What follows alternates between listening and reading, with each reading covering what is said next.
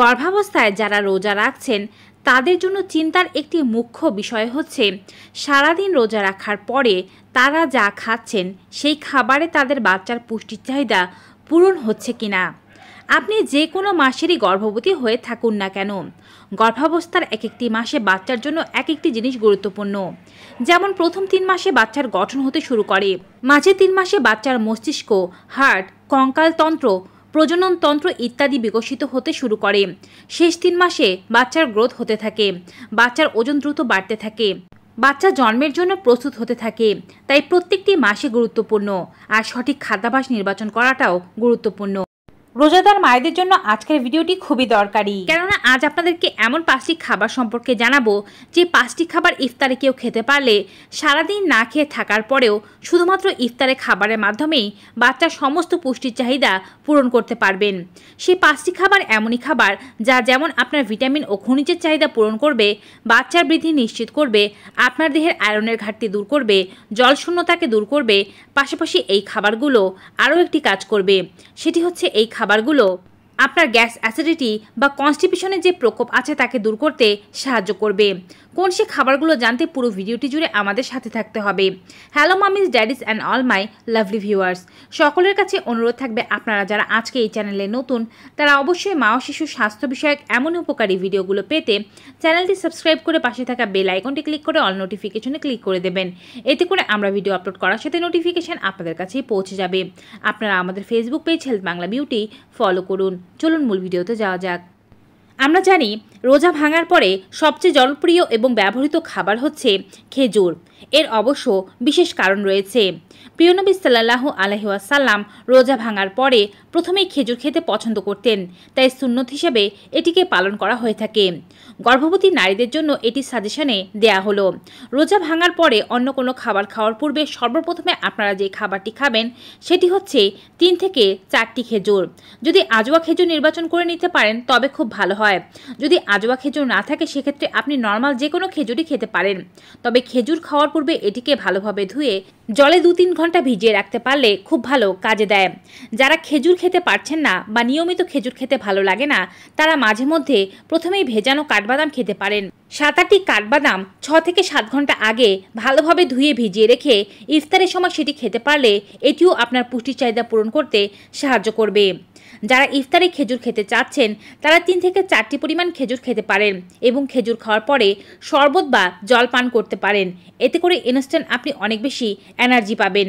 যাদের ডায়াবেটিসের সমস্যা রয়েছে তারা এ ধরনের পাকা খেজুর না খেয়ে শুকনো খেজুর বা খুরমা যেগুলোকে বলা হয় সেগুলো খেতে পারেন, তবে 2টির অধিক নয়।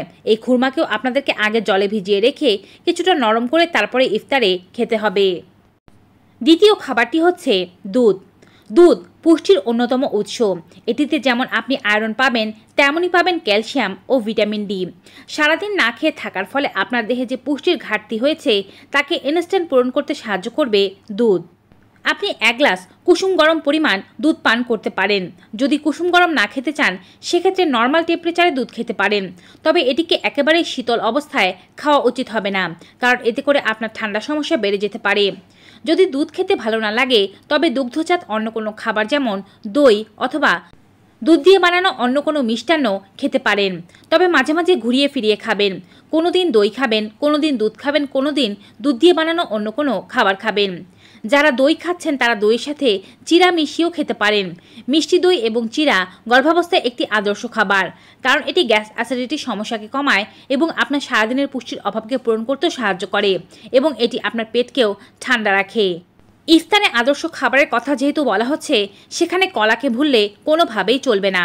সারাদিন রোজা রাখার ফলে গর্ভবতী মহিলাদের দেহে ইলেকট্রোলাইট ইমব্যালেন্স হতে পারে। ইলেকট্রোলাইট ইমব্যালেন্স হচ্ছে দেহের বিভিন্ন ধরনের খনিজের ইমব্যালেন্স হওয়া, যেমন সোডিয়াম, পটাশিয়াম ইত্যাদি। এইগুলোকে ব্যালেন্স করার জন্য কলা খুব ভালো কাজে দেয়। কলার মধ্যে রয়েছে ভরপুর মাত্রায় আয়রন, এতে রয়েছে পটাশিয়াম, ক্যালসিয়াম, ম্যাগনেসিয়ামের মতো গুরুত্বপূর্ণ উপাদান। ইফতারে কলা খাওয়ার মাধ্যমে ইনস্ট্যান্ট শক্তি পাওয়া যায় এবং সারাদিনের ক্ষুধা নিবারিত হয়। ইফতারে কলা খেতে পারলে আপনার পেট দ্রুত ভরে যায়। পাশাপাশি এর পুষ্টি উপাদান যেমন আয়রন রক্ত স্বল্পতাকে দূর করতে সাহায্য করে থাকে। আপনি যদি ছোট সাইজের কলা খান সেক্ষেত্রে সর্বোচ্চ 3টি পরিমাণ কলা খেতে পারেন। মাঝারি সাইজের হলে 2টো পরিমাণ কলা খেতে পারেন, আর বড় সাইজের হলে 1টি পাকা কলা খাবেন। ইফতারে যদি এতগুলো পরিমাণ কলা খেয়ে নেন তবে কিন্তু পরবর্তীতে আর কলা খেতে পারবেন না, অর্থাৎ সারাদিনে কলা খাওয়ার পরিমাপ এতটুকুই। যদি আপনার ডায়াবেটিসের সমস্যা থেকে থাকে সেক্ষেত্রে কলা খাওয়ার পূর্বে একবার চিকিৎসকের পরামর্শ নিয়ে নেওয়া আবশ্যক। তবে কলাকে কখনোই সরাসরি আগে খেতে যাবেন না। আগে খেজুর খেয়ে তারপরে সামান্য পরিমাণে জল অথবা শরবত খাওয়ার পরে কলা খাবেন। চতুর্থ খাবার হচ্ছে ছোলা। ইফতারের জনপ্রিয় খাবার হচ্ছে ছোলা এবং মুড়ি।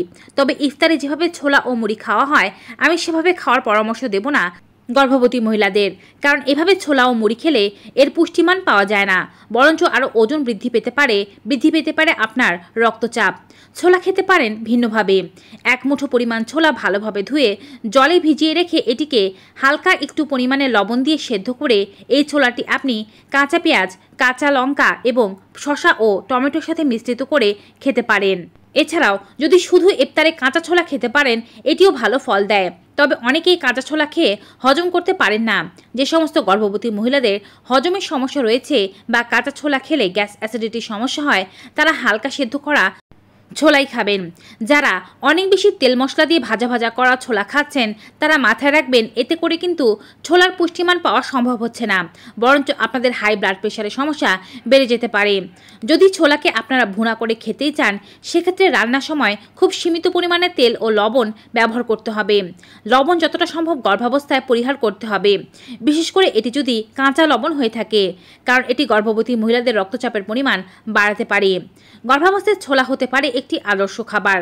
ছোলার মধ্যে iron, calcium, potassium, magnesium, vitamin A, B, C সবকিছুই পরিমিত মাত্রায় পাওয়া যায়। পঞ্চম যে খাবারটির কথা বলছি সেটি আসলে এক প্রকারের পানীয়। এটি মূলত কাজ করবে আপনার গ্যাস, অ্যাসিডিটি, কনস্টিপেশনের সমস্যাকে দূর করতে। সারাদিন রোজা রাখার পরে কিছু পরিমাণে খাবার খেলে অনেকের গ্যাস অ্যাসিডিটির সমস্যা বা বদহজমের সমস্যা বেড়ে যেতে পারে।